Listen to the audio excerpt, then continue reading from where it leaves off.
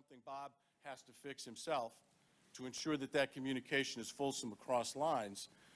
I would also say that the implication of the intelligence community can't talk to each other is wrong. There is architecture, data flow, and movement of data across our agencies every single day. Building that bridge with the law enforcement community, as the Terrorist Threat Integration Center will do when you have FBI case files, our operational files, domestic databases sitting in one place, it's exactly the model that will succeed. But the data has to show up.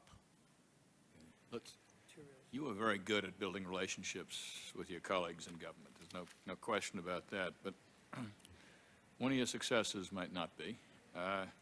Who has responsibility if there's a dispute, for instance, between the two agencies regarding the best strategy, let's say, against a particular enemy, and do people in the field understand how those disputes are resolved? Well, the way it operates today, Deputy Chief of our Counterterrorism Center is a senior FBI official. There are over 20 FBI officers who sit in my center today. We have officers over there.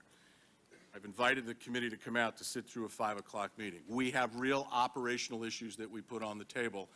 We have now an American division inside of CTC that basically talks to the Bureau about how do we best manage this case?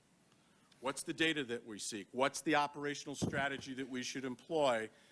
And we're fusing that in a very real way. Now, when the Counterterrorism Center and the Counterterrorism Division and TTIC all go to one building, the image you should have is not you walk into the building and the CIA goes right, the FBI goes left, and TTIC sits on the throne. The image you should have is that Bob and I are going to sit down and figure out what are the integrative structures across those lines that will create the kind of operational fusion that we need so that we're fully informed about how best to proceed in a specific case. That's the future of the cooperation. Thank you, sir. Commissioner Ben-Veniste. Good morning, Director Tenet. Morning, Commissioner. Let me first say that I have enormous respect for your dedication and the dedication of CIA officers who I have met in their desire to complete the mission. The people at Alex Station, and that has come out earlier, that name has come out earlier in these hearings, not by us, who I have interacted with are heroes and dedicated individuals who I sense died that day on September 11th in a way that many Americans did, but perhaps more particularly because of their efforts over a long period of time to deal with these committed, brutal, inhuman enemies of the United States. I want to talk about the PDB briefly. I think the individual who produced this PDB and her supervisor are entitled to a debt of gratitude for attempting to bring to the attention of the President of the United States the possibility, given all the information we knew, that despite indications leading to the notion that this incredible threat level that we were experiencing in the summer of 2001, leading to the horrific, dramatic, horrendous, whatever adjective you want to use, because there were many employed, spectacular attack by bin Laden might well occur in the United States, and to me is extraordinary. She was prescient. She was right.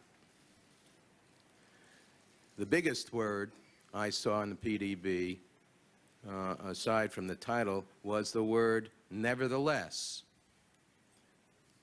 leading the second paragraph, second to last paragraph.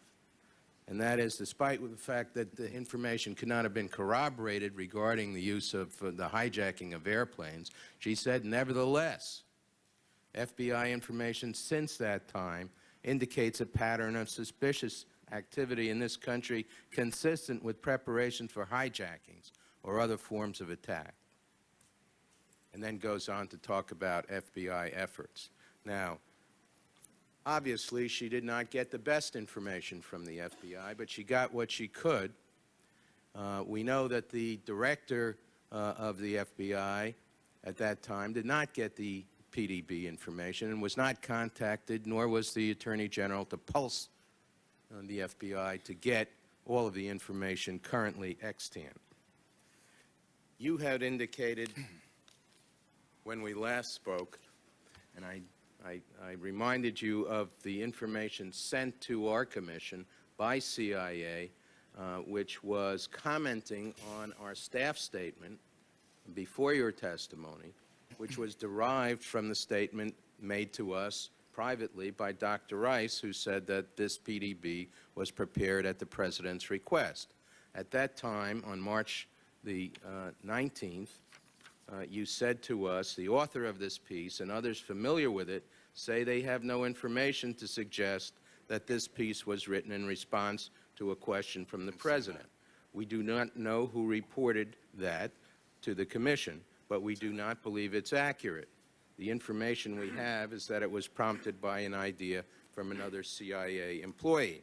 Subsequently, you wrote to us, the PDB article was in response to a series of events. Throughout the spring and summer, the President was shown a number of pieces outlining intelligence, indicating that al-Qaeda was planning a large attack.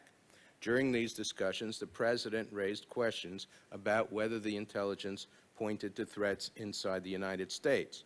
Although there was no formal tasking, the President's questions were discussed at a PDB planning session. At that time, it was decided to do a piece laying out what we knew about Osama bin Laden's interest in striking inside the United States. When this item was presented in the PDB on August 6th, with Dr. Rice present, the briefer introduced the piece by referring to the President's earlier questions. In summary, although the August 6 PDB piece was technically self-initiated, it was prompted by the President's questions and interest.